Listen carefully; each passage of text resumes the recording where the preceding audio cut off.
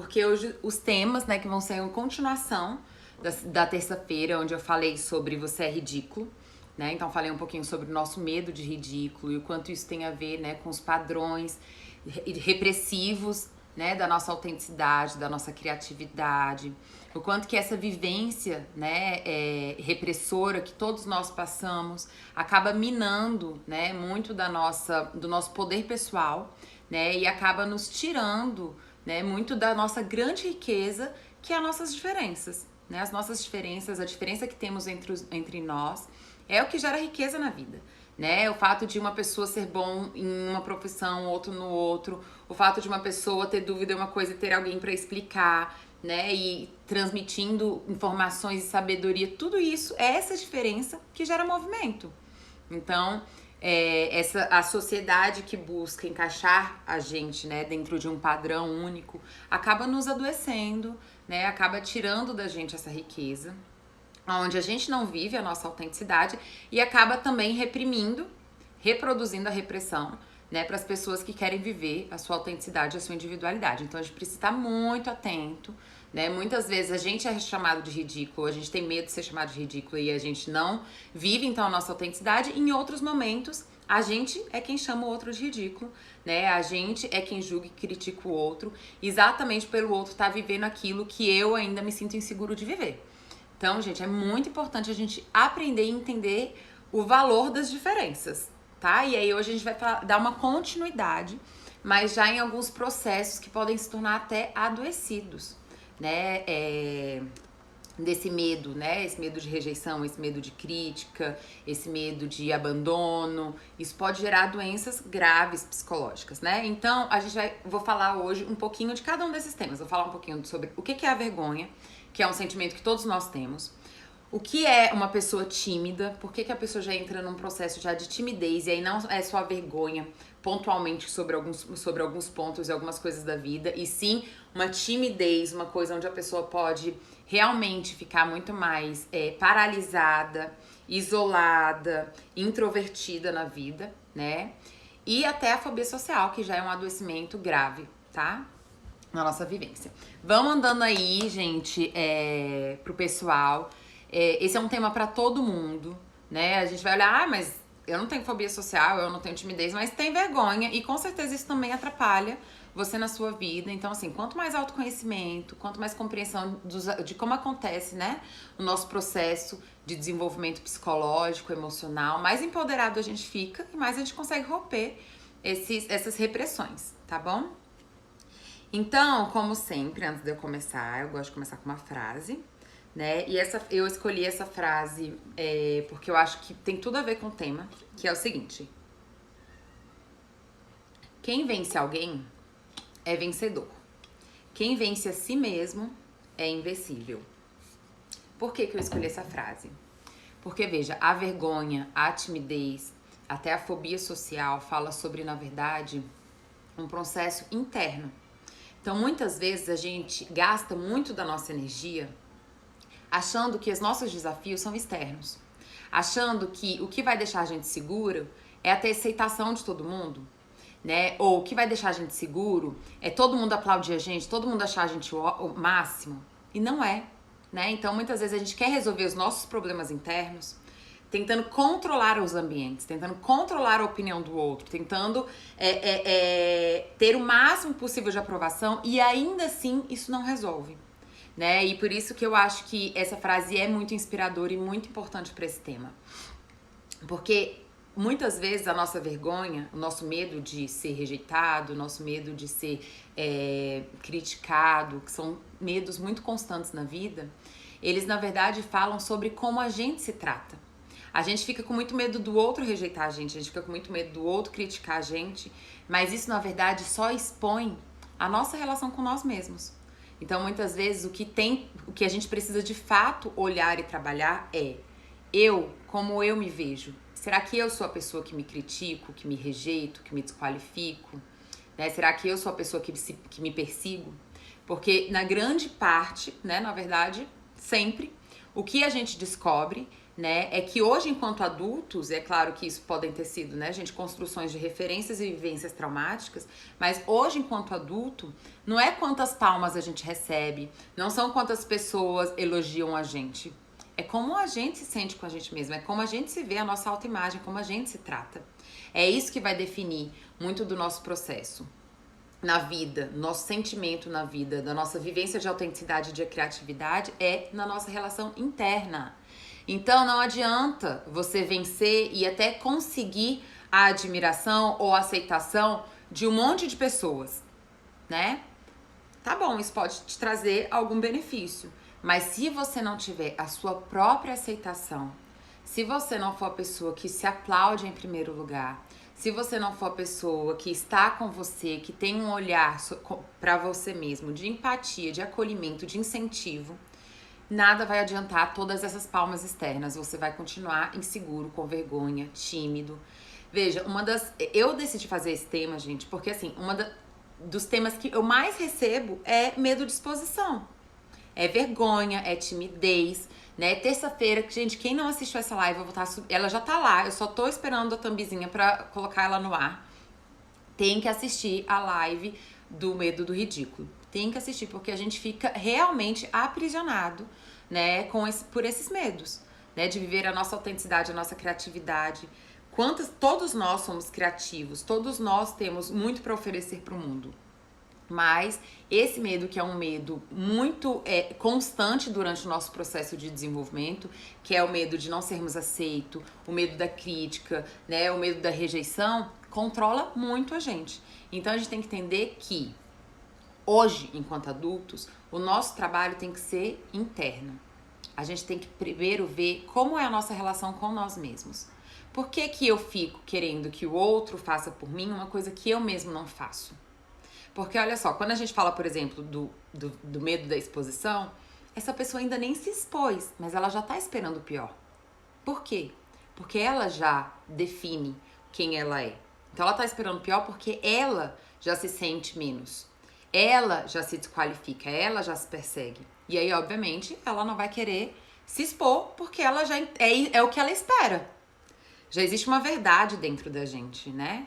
A gente acaba só vendo essa verdade acontecer. Uma pessoa que já espera a rejeição, ela pode ter 99% das pessoas aplaudindo ela. Ela vai focar no 1% que não aplaudiu, porque é o que ela espera, é o que ela quer ver, é o que ela quer confirmar. Tá vendo como eu não sou boa o suficiente? Tá vendo como tem algum problema comigo? Tá vendo como eu sou ridículo? Né? Tá vendo como eu não sou inteligente? Enfim, aí já começa, né, aquele monte de desqualificações e autoperseguição. Tá bom? Então, vamos aprofundar. Eu queria começar com essa mensagem. Entendam que o nosso maior desafio é com nós mesmos, sem dúvida nenhuma. Nosso maior desafio tá interno. Como eu me trato, como é o meu vínculo comigo, como eu me vejo. Eu tenho orgulho de mim, eu me incentivo, eu acolho as minhas dificuldades, eu entendo os meus desafios. Ou eu sou o primeiro a me perseguir, a me criticar, a me maltratar, a me diminuir, a me sentir inferior. Aí realmente vai ser muito difícil eu me expor. Vai ser muito difícil eu me expor. Então, entender que por muito tempo da nossa vida a gente fica focando no lugar errado. Tentando provar para os outros que eu sou bom. Na verdade, você precisa provar para você mesmo. Né? Você precisa trabalhar com você mesmo. E aí sim, se tornar invencível. Porque no momento que você tem a sua aprovação, você pode até ir e ser rejeitado por outras pessoas. Mas isso vai te tornar invencível porque você tem a sua. Você entende que você não precisa ser perfeito, você entende que você tem muita coisa para oferecer, você entende que pelo fato de você ser diferente, você tem coisas novas para oferecer para as pessoas e que tudo bem, nem sempre todo mundo vai aceitar e receber. Eu falei isso na live de terça-feira, né? Entenda que os maiores gênios do mundo, da história, foram considerados ridículos, foram rejeitados, criticados, gênios da arte, gênios da literatura, gênios da física, né, da química. Grandes gênios são criticados e rejeitados também. E o que faz eles persistirem? A real compreensão, né, em si mesmo, a fé em si mesmo. O sentimento de que eles são capazes, de que o que eles estão falando é algo importante. Eles se veem como importante. Então, quando eu me sinto importante, eu vou lidar com a crítica, eu vou lidar com o abandono de algumas pessoas. A gente não tá na vida para ser aprovado por todo mundo. A gente tá na vida para ser aprovado por nós e encontrar pessoas que também nos aprovam, né? Dentro da nossa construtividade, dentro da nossa autenticidade, da nossa saúde, para poder caminhar do nosso lado, né? Esse é o nosso grande desafio da vida. Então, pare de se concentrar no externo, pare de querer vencer alguém, pare de querer convencer alguém e vence a si mesmo, né? Convence a si mesmo de que você é bom o suficiente para estar na vida, para dar conta das suas coisas, né? Para se expor, para falar o que você acrescentar, né, no mundo com a sua inteligência, com a sua criatividade, tá bom? Então vamos começar. Gostaram da frase? Vou repetir. Quem vence alguém é vencedor. Quem vence a si mesmo é invencível. Então, foquem em vocês. A maior força e energia de vocês está na relação com vocês mesmos, tá bom? Então vamos começar. Vou falar um pouquinho sobre cada um, tá, gente? Assim, e eu decidi fazer nessa sequência, né? Porque o nível de adoecimento que esse mesmo sentimento pode gerar. Então, algumas pessoas podem só sentir vergonha em alguns momentos, algumas pessoas podem ser tímidas e algumas pessoas podem chegar a ter fobia social. Então, eu quis mostrar porque, na verdade, são intensidades diferentes de um mesmo sentimento, que é aquele que a gente começou na terça passada, que é o sentimento, é o medo do ridículo.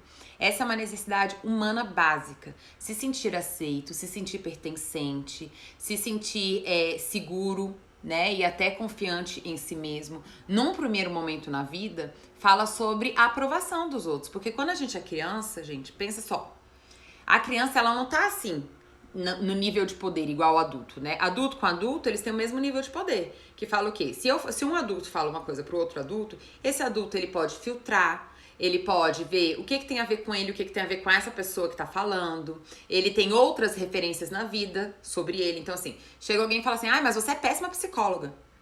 Mas, primeiro, eu tenho filtro, eu posso entender essa pessoa aqui que às vezes não tem direito sobre isso, ou essa pessoa aqui às vezes tá com raiva de alguma coisa que eu falei, confrontei ela, ou eu tenho outras referências. Não, mas muitas outras pessoas falam que eu sou boa, e eu tenho a mim mesmo, né? Eu já tenho o meu processo interno de, não, eu confio em mim, eu sou uma boa psicóloga, etc. Isso é relação de igual para igual, adulta, a gente tem filtro, a gente tem análise crítica.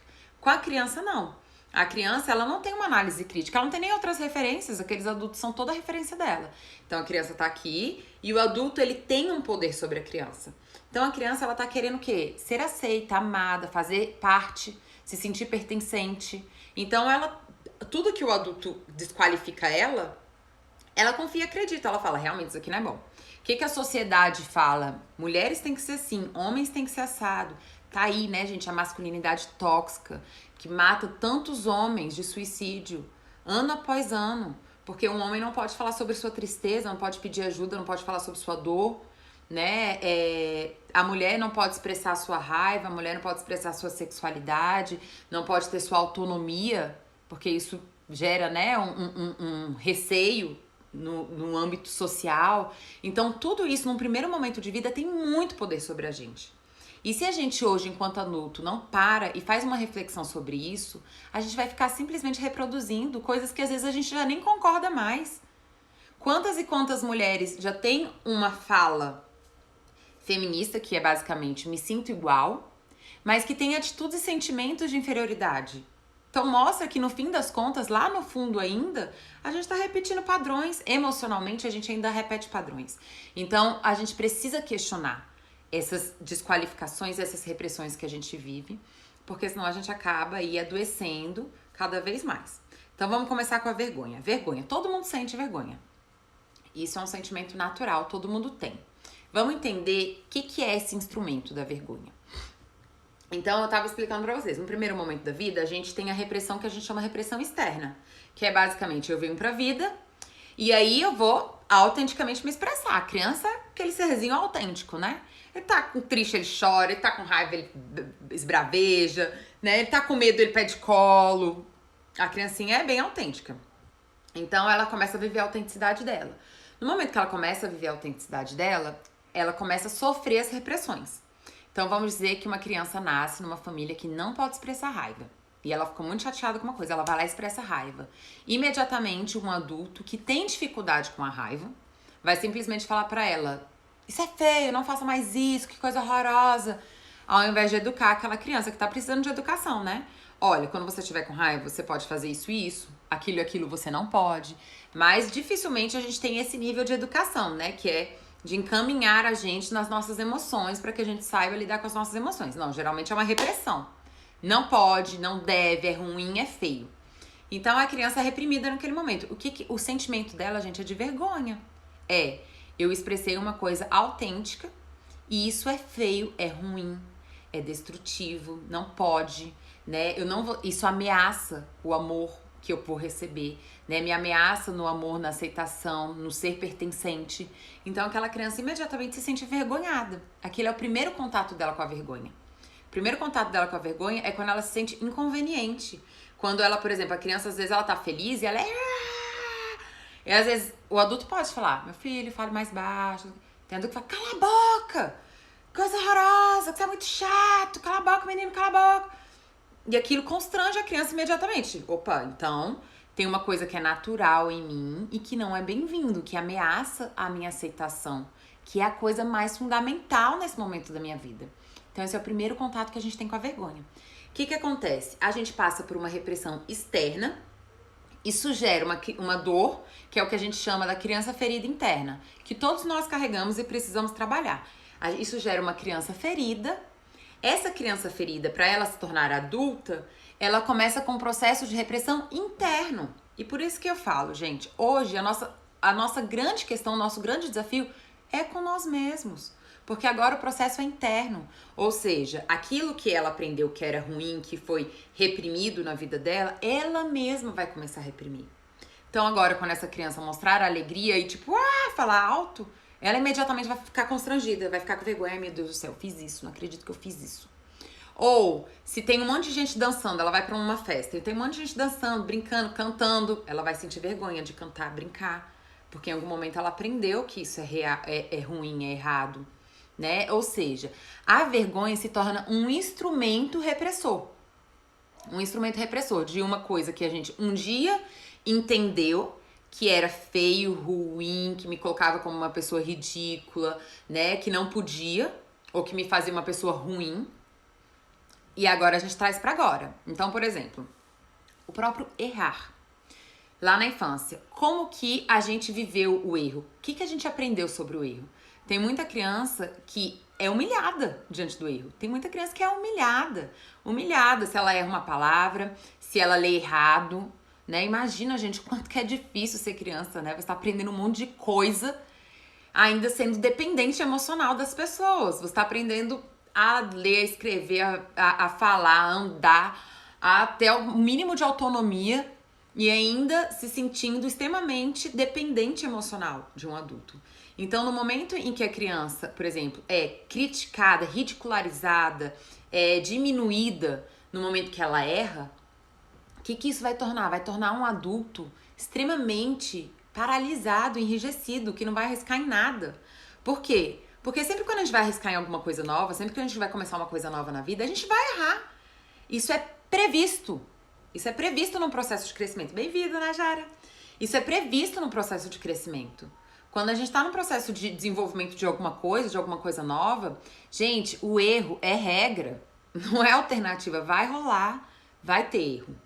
E aí, aquela criança que aprendeu que errar era uma coisa horrível, é uma coisa ridícula, que se sentiu extremamente constrangida, diminuída e desqualificada, ela agora, internamente, já faz esse processo consigo mesma. E aí, quando ela erra, ela é a primeira, descer a lenha nela, se desqualificar, se diminuir, se perseguir.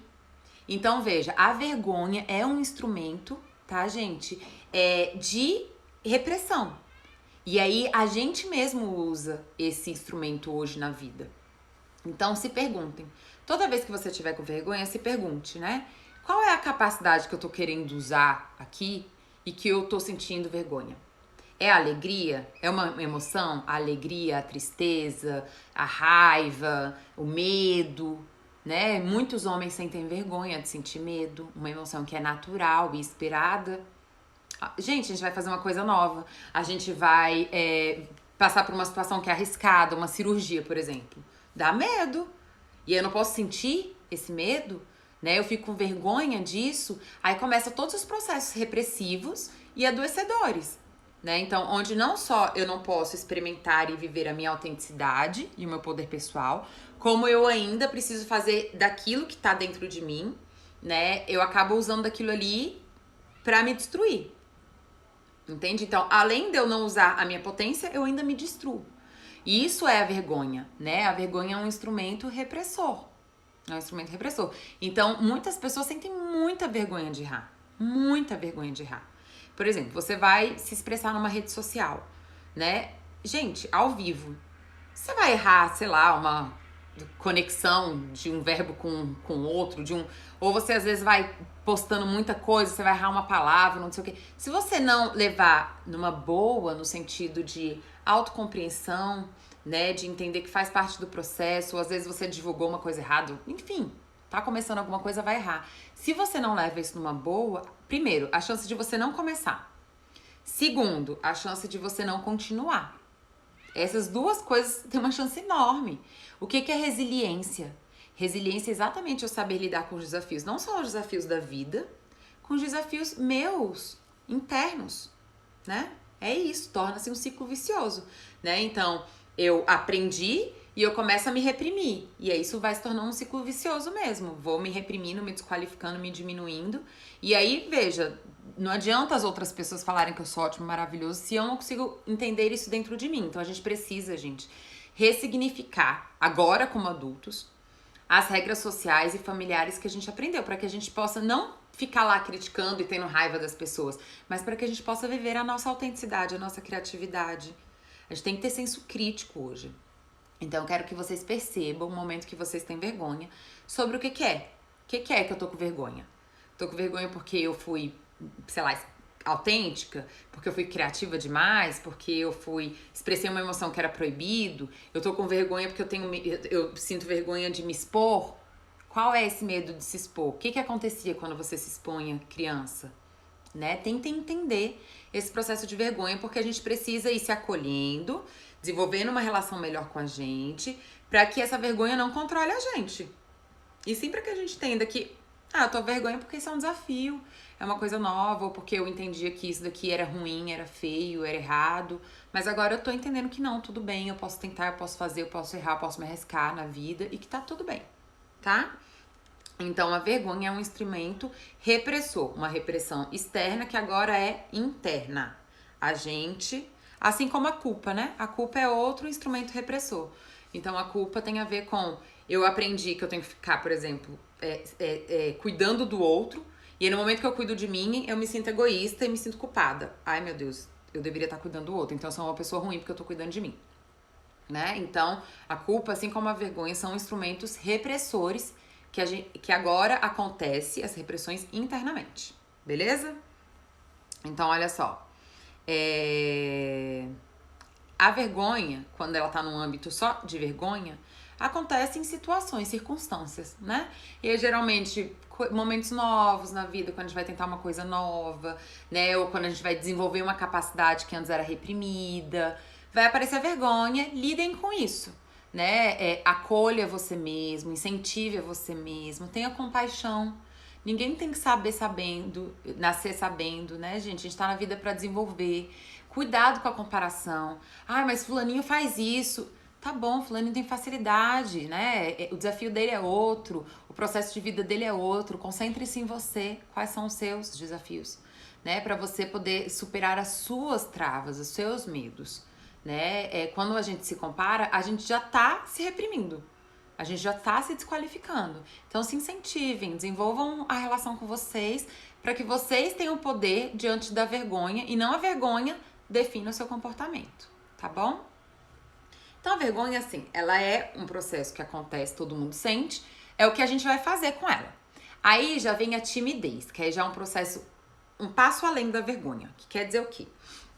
A vergonha fala sobre circunstâncias, ou seja, uma capacidade que eu tenho que expressar, uma atitude que eu tenho que ter específica e que é reprimida, uma emoção que eu tenho que expressar especificamente é reprimida. Aí isso faz a gente sentir vergonha em alguns momentos.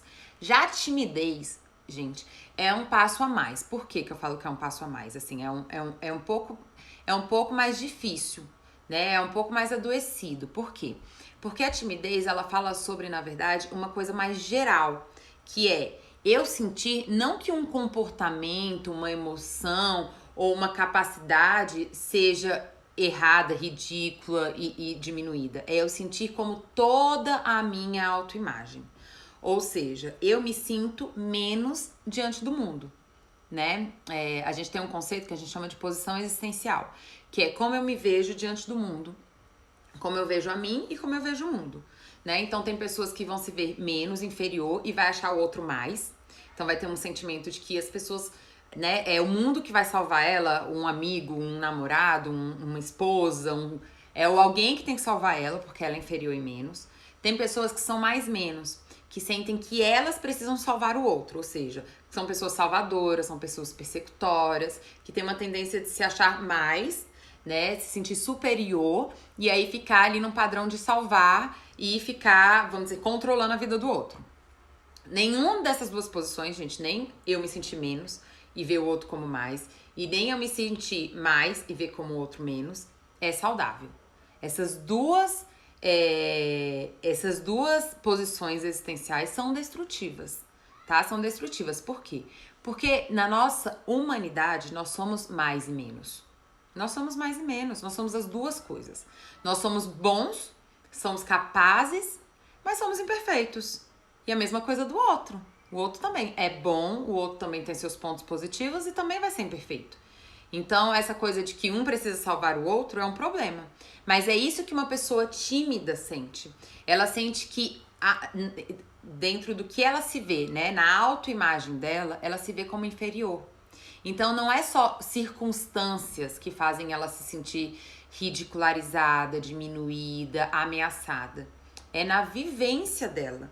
Então, é uma coisa mais ampla, mais geral. Então, ela vai ter vergonha dela, ela vai ter, vamos dizer assim, uma autoimagem distorcida num nível maior da sua percepção. Não vai ser com coisas específicas, vai ser na sua autoimagem. Quem eu sou? Eu sou menos. Eu sou ridículo. Eu sou, vamos dizer, inconveniente. Então, essas são pessoas que passaram por processos repressivos e de desqualificação, às vezes um pouquinho mais grave. E aí ficaram muito tímidas. Isso pode acontecer desde referências, né, gente? Pessoas que têm famílias muito tímidas, né? Famílias silenciosas, que não conversam, que não falam. Então, ela não teve espaço para desenvolver a expressão dela, ela não teve espaço para... Ela vai ficando, né, paralisada na vida, né? Então, a timidez, ela já fala sobre esse menos mais. Então, não são apenas circunstâncias minhas que não são boas e que eu preciso reprimir. Eu preciso reprimir a mim. Então, eu quero passar pelas pessoas despercebido. Muitas pessoas trazem isso pra terapia, né? Nossa, Adri, se eu pudesse entrar e sair da sala de aula sem ser visto, maravilhoso. É tudo que eu queria.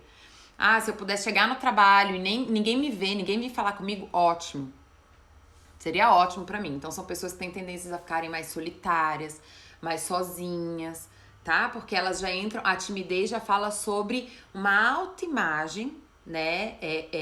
Inferiorizada. Onde eu me sinto dentro de todas as minhas expressões, capacidades, inferiorizada. E, realmente, isso é muito triste, né, gente? É muito triste. Porque todos nós temos capacidade, competência, somos inteligentes, né? E é como se... Sabe essa dor que você sente quando você tem vergonha?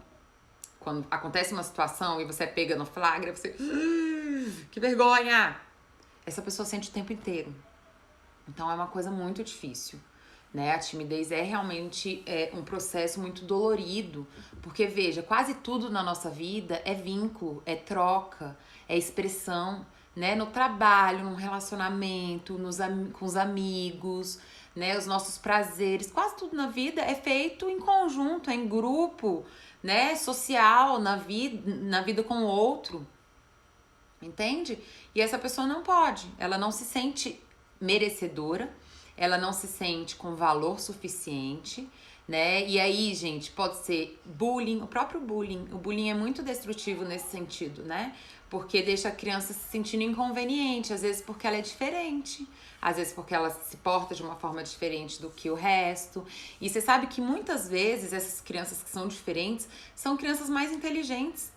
E aí eu digo inteligente não só intelectualmente, inteligentes no sentido de senso crítico, elas são mais questionadoras, né? Elas não topam tanto cair ali no mesmo padrão de todo mundo e elas são massacradas, né? Então, deixa eu só ler aqui rapidinho. Gente, eu geralmente leio as perguntas no final, tá? Mas como é uma pergunta aqui sobre a timidez, vou ler rapidinho. E quando somos tímidos e nos destacamos por alguma competência, isso pode ser uma tentativa inconsciente de vencer a timidez? Pode.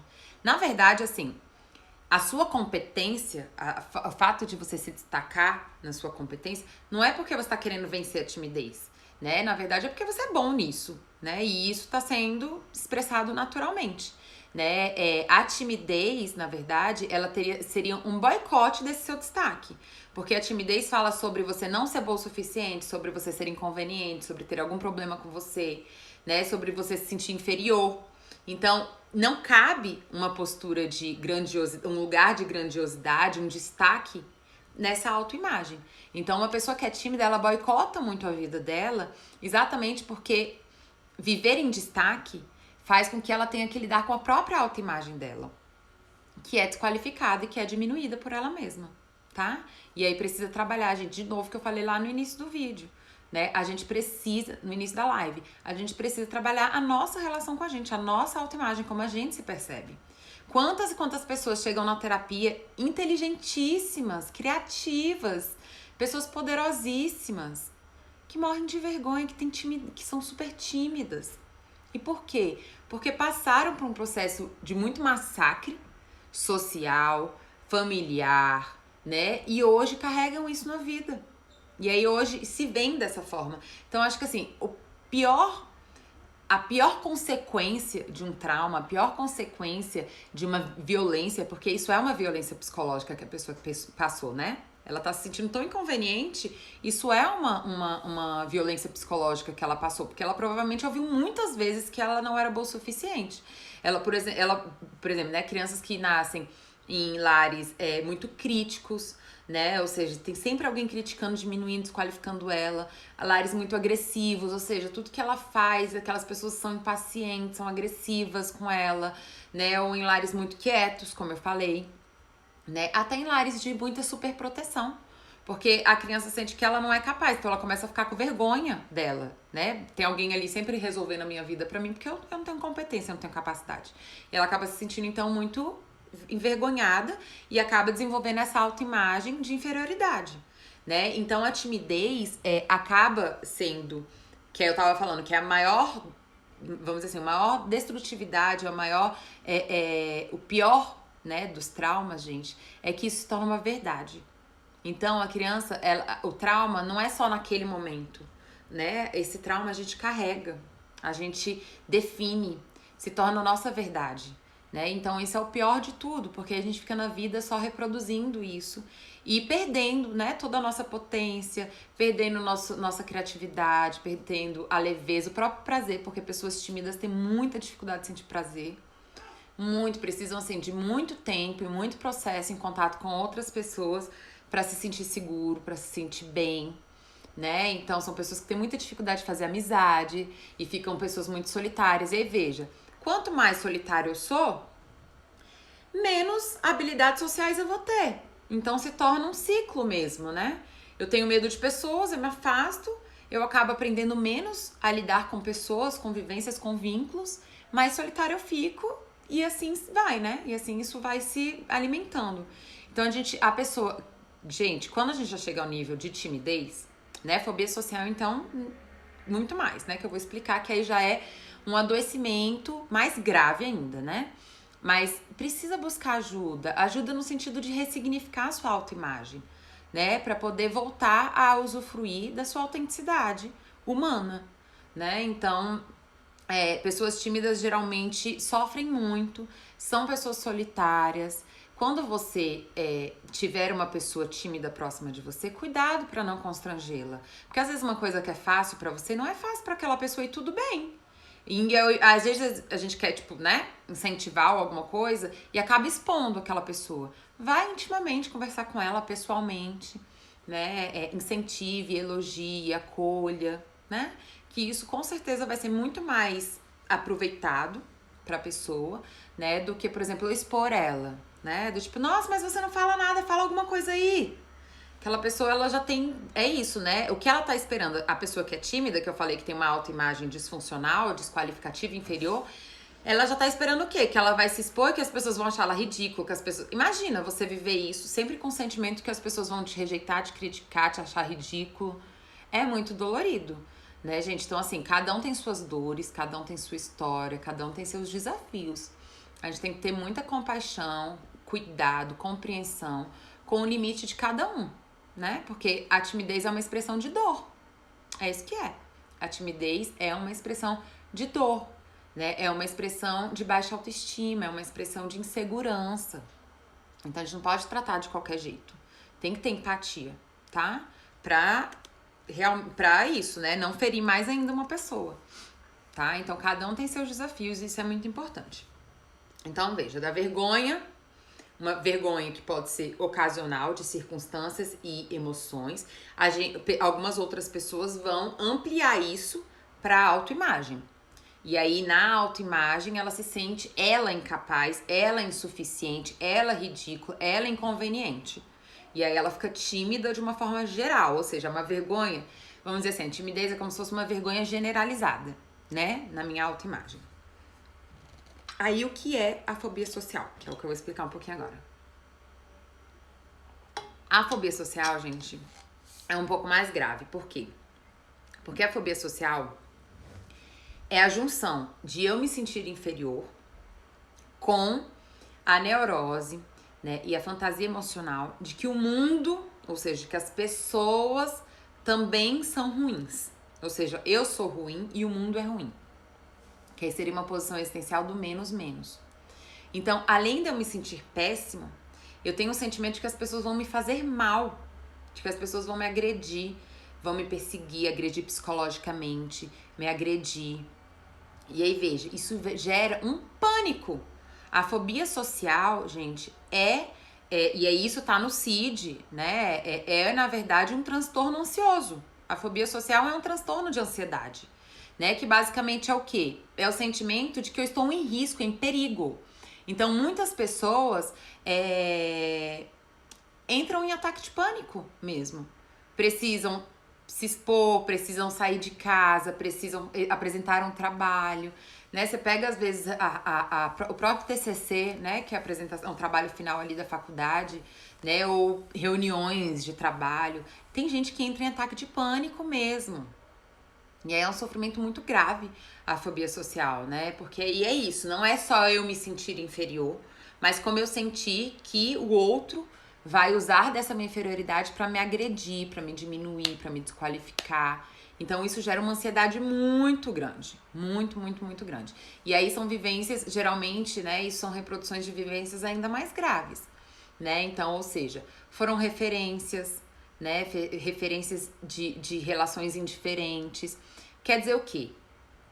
Essa é uma pessoa que provavelmente, durante a sua infância, teve vivências de relações muito dolorosas.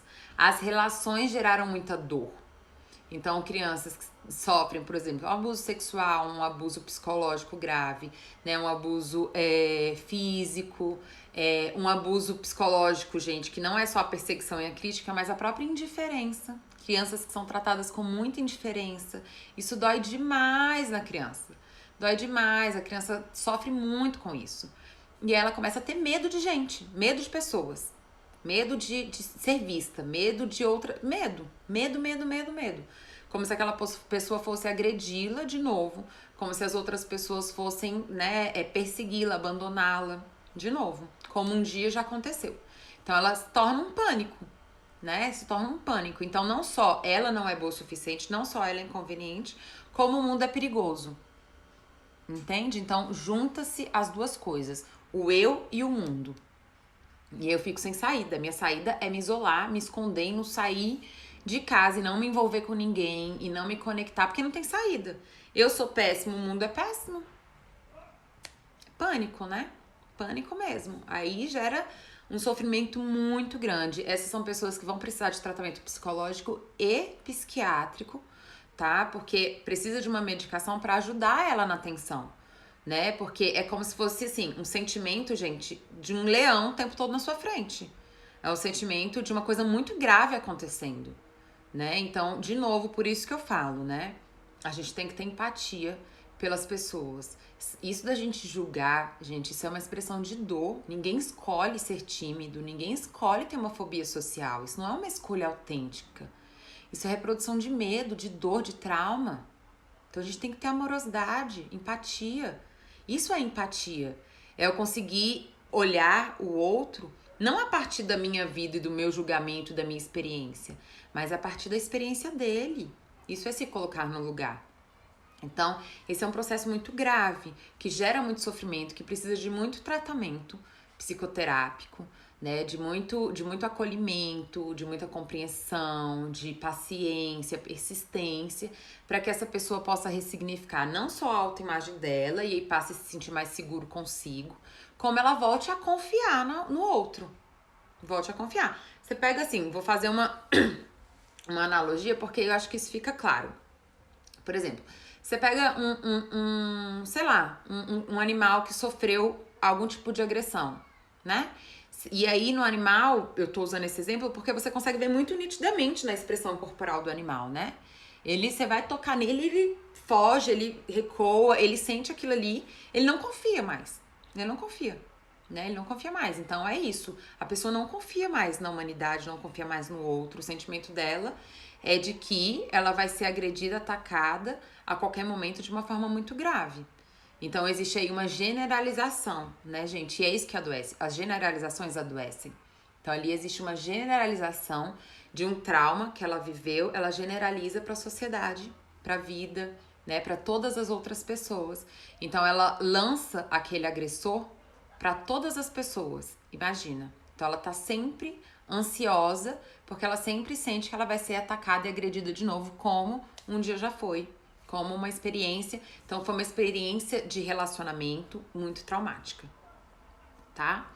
Então é mais intenso, né? Fala sobre esses traumas e dores nos vínculos, né? Então isso fala sobre um sentimento de inferioridade aqui e de medo e pânico e de não confiança no externo.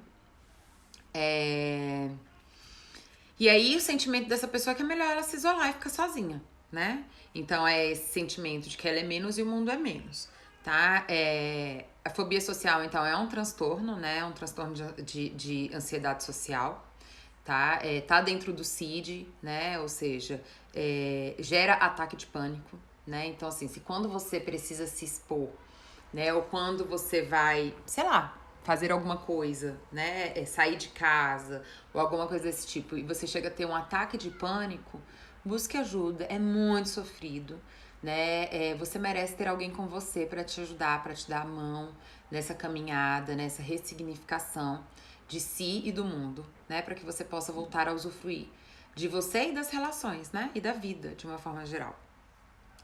Essas pessoas, então, sofrem também da síndrome de perseguição, né? Porque elas têm um sentimento de que a todo momento alguém vai atacá-las, alguma coisa muito ruim vai acontecer. E mesmo quando elas se relacionam, elas sempre estão buscando um motivo para romper essas relações, né? Porque na verdade elas estão ainda se sentindo muito ameaçadas. Mesmo numa relação onde ela possa de alguma forma até confiar, ela ainda tá buscando muitos motivos. Então são pessoas com frustrações, muita pouca resistência à frustração. Porque como ela já tem a verdade dela de que ela não pode confiar, quando o outro frustra ela, o que é natural dentro das relações, né, vai acontecer, ela pode entrar num sentimento bem grande, assim, bem um sentimento, não vou falar exagerado, né, gente, mas um sentimento muito mais amplo, né, que não é coerente com o que aconteceu, né? Então, por exemplo, alguém não atende o telefone. Essa pessoa que tem uma síndrome, né, que tem síndrome de perseguição, que sente que vai ser abandonada, rejeitada, agredida, né, que tem uma fobia social, ela pode significar isso daqui como um abandono, só porque alguém não atendeu o telefone. De tão grave, é uma neurose tão grave, é um adoecimento tão grave, que ela tá vendo em tudo isso, né? Então é uma pessoa que tem muita pouca resistência à frustração. Então qualquer coisa que acontece dentro de uma relação, ela já quer cair fora, ela já não quer mais aquela relação, ela já se sente ferida, ela já se sente atacada, né? Então precisa de um processo mais persistente, tranquilo, paciente, né? De alguém que ajude mesmo a ressignificar isso, porque isso se tornou a verdade dela. Então, é tão verdade pra ela que mesmo em coisas muito pequenas, ela vê como uma perseguição, um abandono, uma desqualificação, tá? Como um ataque a ela, né?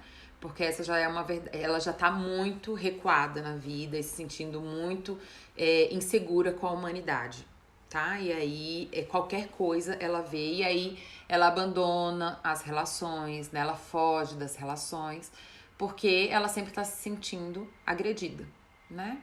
Então você vê aí, gente, é um grau bem grave de distorção. Distorção tanto da sua autoimagem quanto das vivências de vínculo. Aí é um grau já mais forte dessa distorção, tá? E aí eu queria explicar pra vocês, né, a diferença entre vergonha, timidez e fobia social, tá? Pra vocês entenderem, todos são processos de repressão, né? Mas a vergonha é um processo onde a gente mais cotidiano, comum.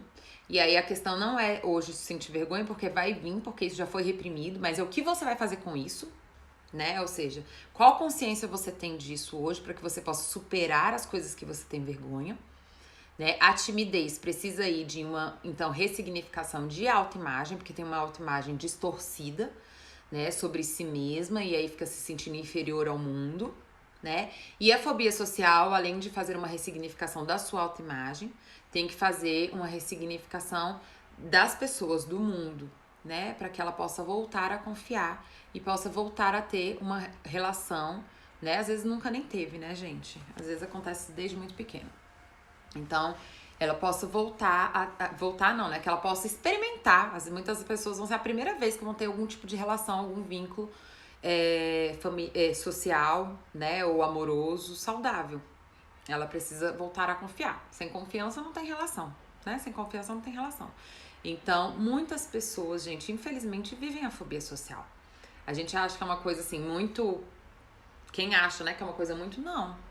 Muitas pessoas têm traumas muito graves, né? No âmbito emocional, no âmbito até corporal, e vivem isso. A terapia ajuda a ressignificar.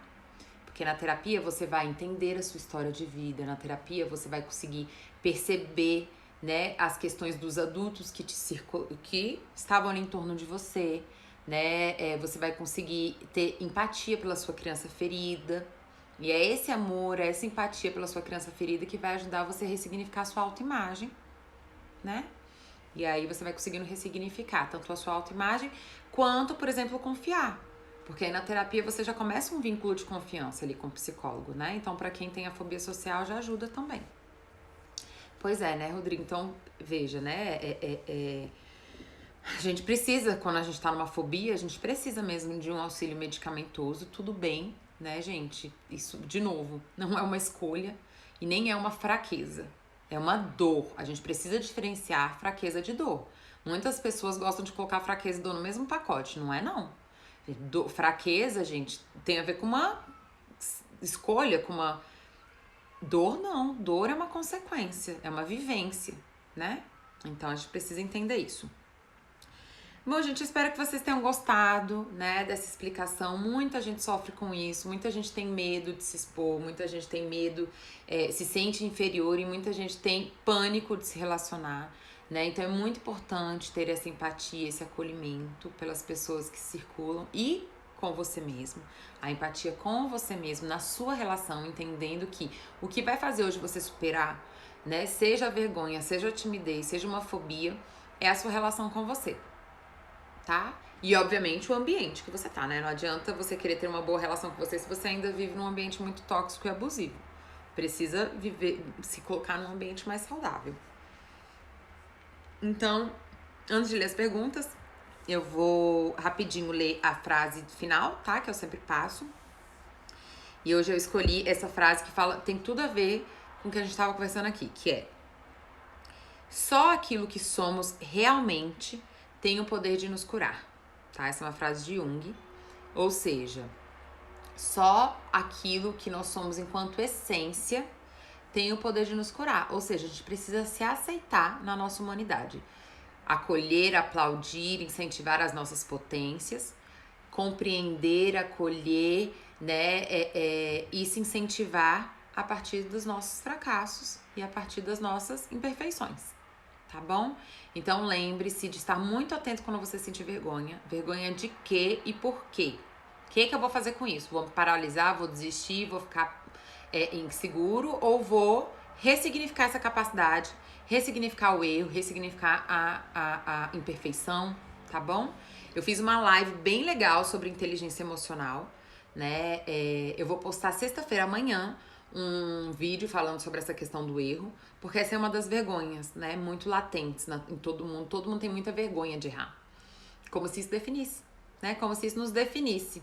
Na verdade, e eu acho que isso é muito do que gera o nosso adoecimento emocional, né? É porque a gente não aprende antecipadamente durante a vida de que errar faz parte da vida, né? Então a gente trata como uma coisa, como um problema, e na verdade é um processo, né? Não um problema. Então, se todo mundo, na verdade, olha só, gente, como é uma coisa, antes da gente terminar, eu queria explicar um pouco isso. Olha só como é destrutivo, né, quando a gente entende que o erro é um problema. Quando a gente entende que o erro é um problema, a gente não assume ele. A gente tem uma tendência a querer fugir. Por quê? Porque se a gente entende que é um problema, se a gente entende que errar define a minha imagem, define o meu valor, eu não quero me responsabilizar pelo erro. E aí, isso é o que faz as pessoas errarem ainda mais. Se a gente entendesse que errar faz parte, a gente ficaria muito mais à vontade em acolher os nossos erros e a gente cresceria muito mais. Porque a questão não é errar, o que a gente faz com isso. Quando vem um casal para terapia, que tá acontecendo alguma coisa, o problema não é errar, o problema é quanto cada um tá disposto a pegar se responsabilizar pelas suas questões individualmente. Porque se vocês não se responsabilizam pelas suas questões individualmente, vão continuar errando e culpando o outro. Então veja como é problemático a gente entender o erro como um definidor de valor. Como se ao errar eu não tivesse mais valor. Isso só me faz fugir da responsabilidade da minha vida e aí sim ficar cada vez mais paralisado e sem desenvolvimento na vida. A gente tem que ressignificar o erro, tá, gente? Então, errou, se perdoa, se acolhe, compreende, pergunta: o que eu posso acertar? O que eu posso aprender com isso? Coloca isso, ninguém muda.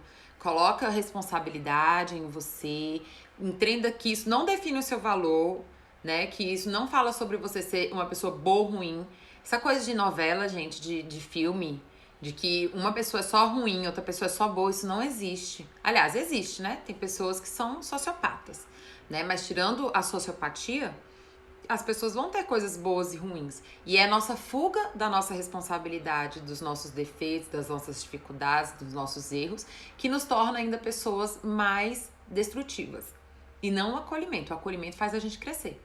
Tem uma frase que eu já trouxe aqui nas lives, né? Que fala assim: paradoxalmente, quanto mais eu me aceito, mais eu mudo. É isso. Aceite a sua essência errante, que isso vai te ajudar a crescer cada vez mais. Tá bom? Então, gente, espero que vocês tenham gostado. Já tá acabando aqui nosso tempo. Eu acompanhei aqui alguns comentários. Obrigada, Juju. Fico muito feliz que vocês estejam gostando das lives, tá?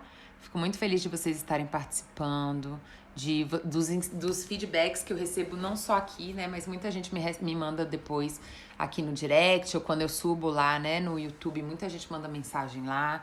Muito obrigada, né? Isso me move, sem dúvida nenhuma. Saber que isso tá fazendo diferença na vida de alguém me move demais. E lembrando que todas as lives vão estar lá no YouTube, tá? Então essa também vai subir. Se você lembrou de alguém, se você acha que é importante alguém que você conhece ver essa live e ela não pode estar aqui, mande, gente, mande, porque às vezes isso é o que a pessoa precisa, ouvir uma explicação dessa, ouvir uma pessoa compreendendo ela, é o que ela precisa para procurar ajuda, é o que ela precisa para mudar a vida dela, tá?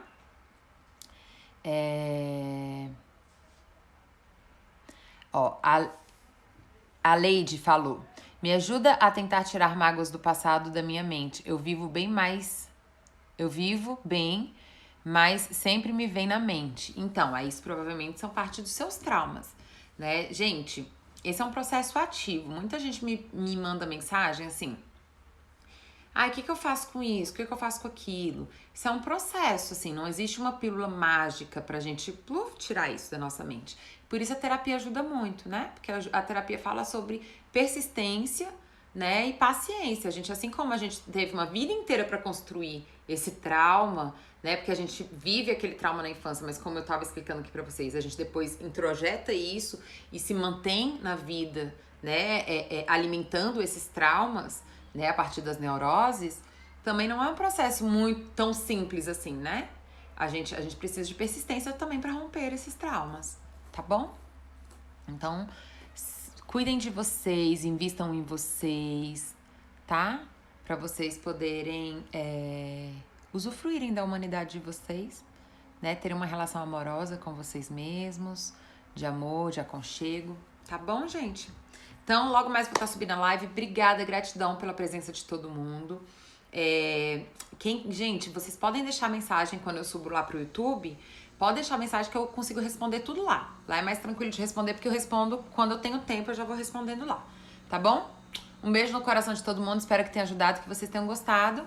E até terça-feira às 19h30.